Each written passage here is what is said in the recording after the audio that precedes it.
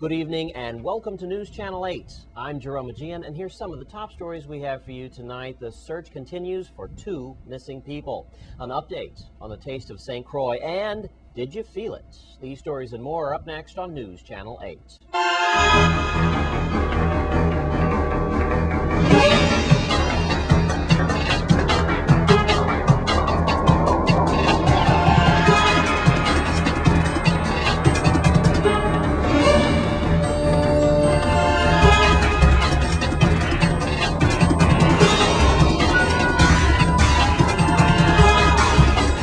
In our top story tonight, did you feel it? A moderate earthquake centered 4 miles northeast of Anegada was felt on St. Thomas early this morning, about 12:30 a.m. The quake had a magnitude of 5.3 on the Richter scale, and I have to admit, I felt it last night. And the search continues for 2 missing people on St. Croix, and we welcome back News Channel 8's Wes Small as he files this report. Welcome back, Wes. Thanks a lot, Jerome. It does feel good to be back. And first, before I start this report, I want to say thank you to the men and women at Juan Louis Hospital, especially in the emergency room and on the 2nd floor. I got nothing but love to the staff at Juan Louis Hospital. Thank you very much for taking care of this reporter. Well, police on St. Croix are asking for the community's help in finding these 2 missing people. Folks, we're still talking about 43-year-old Susan Spencer and 19-year-old Musa Raji Shamouj. We're going to start with Susan. Susan Spencer has been missing since April 3rd. She is about 5 foot 11 inches tall. You see her picture here, with hazel eyes, 165 pounds, strawberry blonde hair. She has a tattoo on her wrist that has 3 stars and the words "One Love" written on them. She's been known to frequent Christiansted Town and the area of Gallows Bay. Now, folks, very strangely, she was seen coming off of the ferry in this area. Well, actually, check that. She was actually never seen getting off of the ferry. And a lot of people believe that perhaps she didn't get off. Perhaps, unfortunately, she fell in the water. But then again, there's a report that they actually saw Susan walking around the boardwalk area, and I believe that it was by sticks that they said that they could have saw Susan. So that's why I'm here by sticks. Folks, her family needs closure. A lot of you out there know Susan, you know Miss Spencer, you know the family. Please, if you know anything, any little tidbit of information, 712-6005 for Chief Hal, Criminal Investigative Unit Detectives at 712-6037 or 712-6067. You could always call 1-800-222-TIPS, 1-800-222-8477.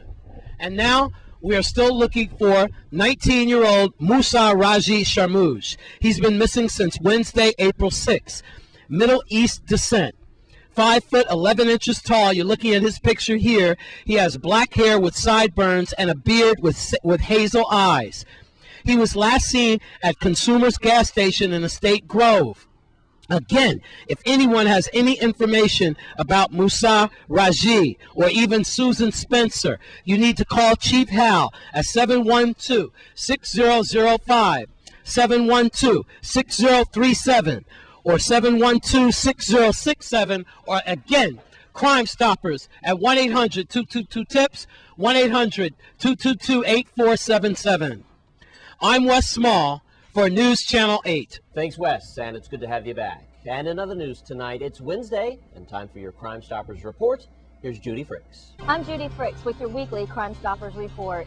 Crime Stoppers need your help solving the following crimes. If you know something, say something. Even the smallest bit of information might be exactly what law enforcement needs to identify and arrest these criminals. On St. Croix, law enforcement needs your assistance with locating Mr. Ernest John. A picture of him can be found on our website at www.crimestoppersusvi.org. Ernest John was a known gardener who did some work in the estate Calhoun and the Mount Victory area.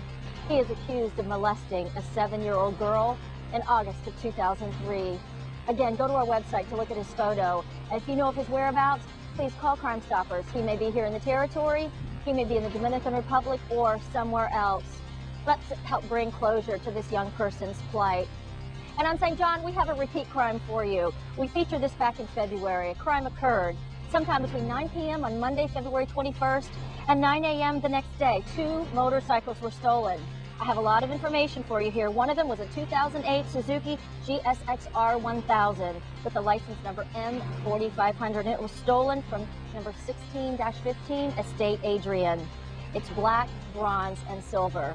A second motorcycle was also stolen. This one is a 2001 Suzuki GSX-R with license plate number M4491. This one was stolen from 13U Bellevue Village, and this one's white, silver, and blue with a red R on the front. The minimum cash reward for an arrest is $525 plus 10% of the value of property recovered. But remember, we pay out a maximum cash reward of $2,500. And on Thursday, April 7th, at about 1:30 in the morning, a resident of DeYoung Gut was opening the door to his home, and he was attacked and tied up by an assailant who had a gun. This assailant was wearing black, and he was also wearing a mask. A neighbor heard the scuffle and came to the rescue, and then the neighbor was shot several times. It was then that the assailant ran off. If you know who committed this crime, call Crime Stoppers. You can submit information on these crimes or anything else you may know about illegal activity going on in our community by calling 1-800-222-TIPS, which is 8477.